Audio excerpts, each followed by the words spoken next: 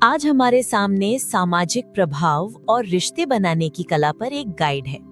इसका मूल विचार ये है कि बहुत बोलने से ज्यादा जरूरी है लोगों को खास महसूस कराना। चलिए सीधे देखते हैं कि इसे और बेहतर कैसे बनाया जा सकता है। पहली नजर में ये गाइड काफी काम की लगती है। इसमें 10 गोल्डन रूल्स दिए गए हैं। हाँ, जैसे मुस्कुराना, नाम याद रखना, अच्छी तरह सुनना। बिल्कुल, सब कुछ बहुत साफ और समझने में आसान है। हाँ, इसका प्रारूप बहुत सीधा है, एक लिस्ट है और मुझे लगता है इसका सबसे बड़ा फायदा यही है कि कोई भी इसे पढ़कर तुरंत अमल करना शुरू कर सकता है। आप बिल्कुल सही कह रही हैं और यही इसकी ताकत भी है और शायद सबसे बड़ी कमजोरी भी। इसका मौजूदा स्वरूप त्वरित सुझावों के लिए शानदार है, लेकिन ये एक कला में माहिर बनाने का वादा पूरी तरह से नहीं निभाता।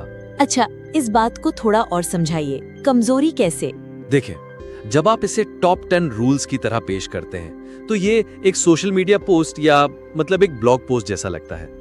ये पाठक को सिखाता है कि क्या करना है, पर उस क्या के पीछे जो क्यों और कैसे की गहरी समझ है वो कहीं खो जाती है। तो ये सामाजिक संबंधों जैसी एक गहरी चीज को एक चेकलिस्ट बना देता है। बिल्कुल, एक चेकलिस्ट।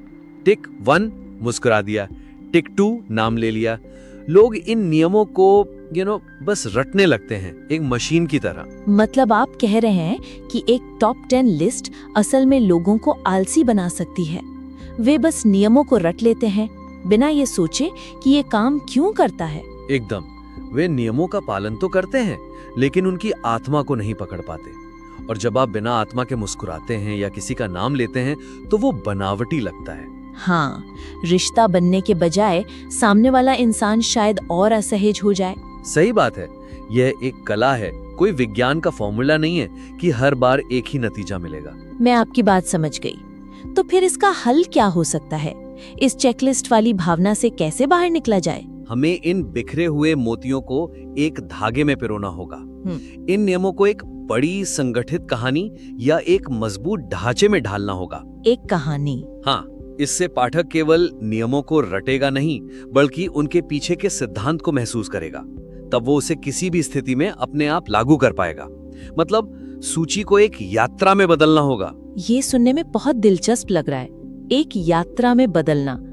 ये ढांचा असल में कैसा दिख सकता है? कोई ठोस उदाहरण दे सकते हैं? जरूर, मेरे दिमाग में 2 तरीके आ रहे हैं। पहला तरीका थोड़ा व्यवस्थित है। आप इस पूरी गाइड को कुछ चरणों में बांट सकती हैं। जैसे एक बिल्डिंग बनाने के चरण होते हैं? क्या बात है, बिल्कुल। पहला चरण हो सकता है विश्वास की नींव रखना। इस हिस्से में आप वो नियम डालें जो पहली मुलाकात के लिए जरूरी हैं। एक सच्ची मुस्कान, सही आई कांटेक्ट और वो हल्की फुल्की बातचीत। ठीक है, तो ये हो गया पहला कदम। और इसके बाद? दूसरा चरण हो सकता है रिश्ते को गहरा बनाना। इसमें आप उन नियमों पर बात कर सकते हैं जो एक जान पहचान को मजबूत रिश्ते में बदलते हैं, जैसे ध्यान से सुनना, सच्ची तारीफ करना और बातचीत का फोकस हमेशा सामने वाले पर रखना। इस तरह से पाठक को यह महसूस होगा कि वह एक प्रक्रिया से गुजर रहा है, एक एक ईंट रखकर एक मजबूत इमारत बना रहा है, न कि बस एक शॉपिंग लिस्ट देख रहा है। उसे एक रोड मैप मिल जाता है। ये तो बहुत ही तार्किक और प्रभावी तरीका है। पाठक अपनी प्रगति को देख पाएगा। आपने दूसरे तरीके की भी बात की थी। हाँ, दूसरा तरीका थोड़ा और रचनात्मक है। आप एक शक्तिशाली रूपक, एक मेटाफर का इस्तेमाल कर सकते हैं। मान लीजिए आप कहते हैं सामाजिक संबंध एक पुल की तरह होते हैं। वाह, ये अच्छा है। अब हर नियम उस पुल को बनाने का एक हिस्सा बन जाता है। आप कह सकती हैं कि एक सच्ची मुस्कान उस पुल की नींव है जो जमीन को मजबूत करती है और बताती है कि यहाँ कुछ बनाना सुरक्षित है। और उठाते हैं। और किसी का नाम याद रखना या उसकी सच्ची तारीफ करना, वो शायद उस पुल पर की गई सुंदर नक्काशी की तरह है जो उसे खास बनाती है। एकदम सही। देखिए, आपने कितनी आसानी से उस मेटाफर को आगे बढ़ा दिया। यही पाठक के साथ भी होगा। वो नियमों को अलग अलग नहीं बल्कि एक संपूर्ण रचना के हिस्से के रूप में देखेगा। वाह, ये पुल वाला आइडिया तो जबरदस्त है। ये सोचने पर मजबूर करता है कि इस पुल की आत्मा क्या है। और मुझे लगता है ये आपकी अगली बात से जुड़ता है जो उस हिडन सीक्रेट के बारे में है। आप बिल्कुल सही जगह पहुंची हैं। गाइड के अंत में एक बहुत गहरी बात लिखी है कि लोग ये भूल जाते हैं कि आपने क्या कहा, लेकिन ये कभी नहीं भूलते कि आपने उन्हें कैसा महसूस कराया। ये तो इस विषय की सबसे मौलिक बात है। बिल्कुल, और यही तो समस्या है। ये इस पूरी गाइड का दिल है, इसकी आत्मा है, लेकिन इसे रखा गया है सबसे आखिर में, एक फुटनोट की तरह। जैसे कोई कहे, अरे हाँ, एक और बात रह गई थी। हाँ, बिल्कुल वैसा ही।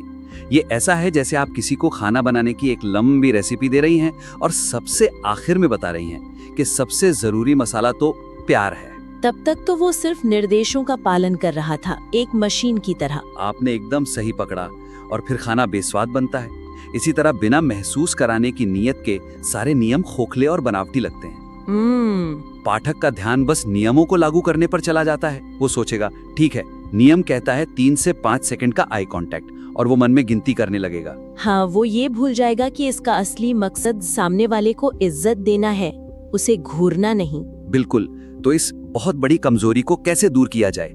इस हिडन सीक्रेट को फुटनोट से हेडलाइन कैसे बनाया जाए? इसे अंत से उठाकर सीधा शुरुआत में ले आइए।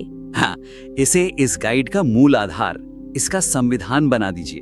गाइड की शुरुआत ही इस पंक्ति से होनी चाहिए। इससे पहले कि हम 10 नियम सीखें, आइए उस एक सच को समझें जिस पर हर सामाजिक संबंध टिका है। लोग भूल जाएंगे कि आपने क्या कहा, पर वे कभी नहीं भूलेंगे कि आपने उन्हें कैसा महसूस कराया। और फिर हर नियम को इसी भावना से जोड़कर समझाना होगा। हाँ, हर नियम को एक मकसद देना होगा, एक क्यों देना होगा। जैसे नियम 1 है मुस्कुराओ। इसे सिर्फ मुस्कुराओ लिखने के बजाय हम इसे फिर से फ्रेम कर सकते हैं। कैसे? हम लिख सकते हैं, नियम 1, उन्हें सुरक्षित महसूस कराओ, एक सच्ची मुस्कान के साथ। और फिर व्याख्या में लिखें, ये सिर्फ होठों का व्यायाम नहीं है, ये सामने वाले को ये बताने का तरीका है कि आप यहाँ सुरक्षित हैं, आपका स्वागत है। ये तो बहुत शक्तिशाली है। नियम 3 है नाम याद रखो। इसे कैसे बदलेंगे? इसे हम कह सकते हैं, नियम 3, उन्हें खास महसूस कराओ, उनका नाम याद रखकर। और फिर समझाएं, जब आप किसी का नाम याद रखते हैं तो आप सिर्फ एक शब्द नहीं दोहरा रहे होते, आप उन्हें संदेश देते हैं कि आप मेरे लिए इतने महत्वपूर्ण हैं कि मैंने आपको याद रखा। और सुनने वाले नियम के लिए शायद नियम 5, उन्हें मूल्यवान महसूस कराओ, उनकी बात ध्यान से सुनो। बेहतरीन।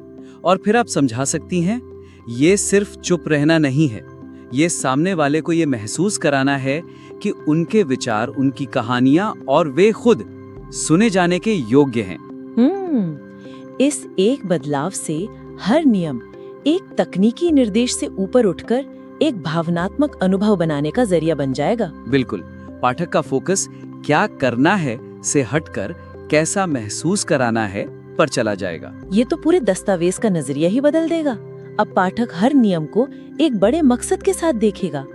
तो अगर हम ये मान लें कि हमारा मकसद लोगों को अच्छा महसूस कराना है, तो फिर वो जो खास नियम है, जैसे 70% सुनो, 30% बोलो या 3 से 5 सेकंड का आई कांटेक्ट, वो मुझे थोड़े अजीब लगते हैं। क्या ये हर सिचुएशन में काम करते हैं? आपका सवाल ही तीसरे और आखिरी बड़े सुधार की ओर इशारा कर रहा है। ये सलाह सार्वभौमिक रूप से प्रस्तुत की गई है, ऐसे जैसे ये हर जगह काम करेगी। लेकिन सामाजिक बातचीत में संदर्भ और बारीकियों को शामिल करने से ये और भी व्यवहारिक बन सकती है। आप संदर्भ और बारीकियों से क्या कहना चाहते हैं? मेरा मतलब है कि असल जिंदगी वो एक जैसी नहीं होती।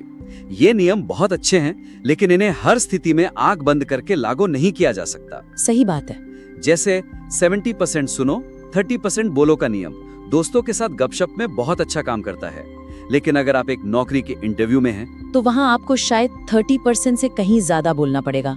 हाँ, और अगर आप वहाँ चुपचाप 70% सुनते रहे, तो वो सोचेंगे कि आपको कुछ आता ही नहीं है। बिल्कुल। इसी तरह किसी के यहाँ दुख की घड़ी में आप छोटी मोटी बातचीत करने या बहुत ज्यादा मुस्कुराने का नियम लागू नहीं कर सकते। इन नियमों को बिना संदर्भ के लागू करने से पाठक गलती कर सकता है और संबंध बनाने के बजाय बिगाड़ सकता है। बिल्कुल, ये एक बहुत जरूरी बात है। लेकिन अगर हम बहुत सारे अगर मगर जोड़ देंगे, तो क्या गाइड बहुत ज्यादा जटिल नहीं हो जाएगी? शायद लेखक का मकसद इसे आसान रखना था। आपने बहुत अच्छा सवाल पूछा। आसान और अधूरा होने में एक महीन रेखा होती है। हमारा लक्ष्य पाठक को नियमों का पालन करने वाला रोबोट बनाना नहीं है, बल्कि उसे एक सामाजिक कलाकार बनाना है। एक सोशल आर्टिस्ट? हाँ, एक कलाकार के पास बहुत सारे औजार होते हैं और उसकी असली कला इस बात में होती है कि वो जानता है कि कौन सा औजार कब, कहाँ और कैसे इस्तेमाल करना है। तो हम पाठक को एक कलाकार कैसे बना सकते हैं? उसे ये कैसे सिखाएं कि इन नियमों को अलग-अलग स्थितियों के हिसाब से कैसे ढालना है? इसके भी कुछ रचनात्मक तरीके हैं। पहला, एक छोटा सा खंड जोड़ें जिसका शीर्षक हो नियम कब और कैसे बदले, या अपनी समझ का इस्तेमाल करें। ठीक है। इसके अलावा कुछ नियमों के नीचे एक छोटा प्रो टिप या ध्यान दे बॉक्स डाला जा सकता है। जैसे आई कांटेक्ट वाले नियम के नीचे आप लिख सकते हैं, ये एक सामान्य दिशा निर्देश है, हमेशा सामने वाले के हाव भाव पर ध्यान दें। अगर आपको लगे कि वो असहज हो रहा है तो अपनी नजर थोड़ी नरम कर लें। लक्ष्य जुड़ाव बनाना है, उन्हें डराना नहीं है। ये तो बहुत व्यवहारिक सलाह है। इससे पाठक को लचीला बनने की प्रेरणा मिलेगी। और कोई तरीका? एक और बहुत प्रभावी तरीका है कुछ क्या हो अगर वाले परिदृश्य बनाना। इससे पाठक को नियमों का रचनात्मक इस्तेमाल करना आएगा। अच्छा, जैसे? आप एक बॉक्स में कुछ सवाल पूछ सकते हैं। क्या हो अगर आप किसी व्यावसायिक सौदेबाजी में हो? तब विराम का उपयोग सिर्फ चुप रहना नहीं बल्कि एक शक्तिशाली हथियार बन जाता है। ये शानदार है। एक और उदाहरण? क्या हो अगर आप किसी दुखी दोस्त को सांत्वना दे रहे हो? हाँ, तो आप क्या करेंगे? तब सुनने की कला आपका सबसे बड़ा साधन है। यहाँ आपका लक्ष्य समाधान देना नहीं बल्कि उन्हें यह महसूस कराना है कि वे अकेले नहीं हैं। बहुत बढ़िया। आप एक और जोड़ सकते हैं, क्या हो अगर आप किसी बच्चे से बात कर रहे हो? तब शायद आपको उनके स्तर पर झुककर ज्यादा उत्साह और सरल शब्दों का इस्तेमाल करना होगा। हम इस तरह के उदाहरण पाठक को सिखाते हैं कि ये नियम पत्थर की लकीर नहीं है बल्कि एक टूल किट है। यह उन्हें सामाजिक रूप से ज्यादा बुद्धिमान बनाएगा। तो आज की चर्चा को अगर समेटें तो 3 बहुत बड़ी बातें सामने आईं। पहला, इस टॉप 10 लिस्ट को एक साधारण सूची से निकालकर एक मजबूत ढांचे में ढालने की जरूरत है, जैसे एक पुल बनाने की कहानी। दूसरा, गाइड की आत्मा यानी वो हिडन सीक्रेट कि लोग कैसा महसूस करते हैं, उसे अंत से उठाकर कहानी का हीरो बनाना होगा, ताकि पाठक सिर्फ क्या न करे बल्कि क्यों कर रहा है यह भी समझे। और तीसरा, पाठक को एक कलाकार बनाएं, रोबोट नहीं। क्या हो अगर जैसे उदाहरण देकर उसे सिखाएं कि अलग-अलग सामाजिक परिस्थितियों में इन औजारों का इस्तेमाल अपनी समझ से कैसे करना है। बिल्कुल, ये गाइड पहले से ही बहुत मजबूत है क्योंकि इसके नियम ठोस और काम के हैं। लेकिन इन बदलावों के बाद ये सिर्फ एक अच्छी सलाह की सूची नहीं रहेगी बल्कि सामाजिक संबंधों में महारत हासिल करने के लिए एक शक्तिशाली गाइड बन सकती है। मैं पूरी तरह सहमत हूँ। इन सुझावों पर काम करने के बाद इसे फिर से जरूर भेजिएगा। हमें आपके काम का अगला और भी बेहतर संस्करण देखने में बहुत खुशी होगी।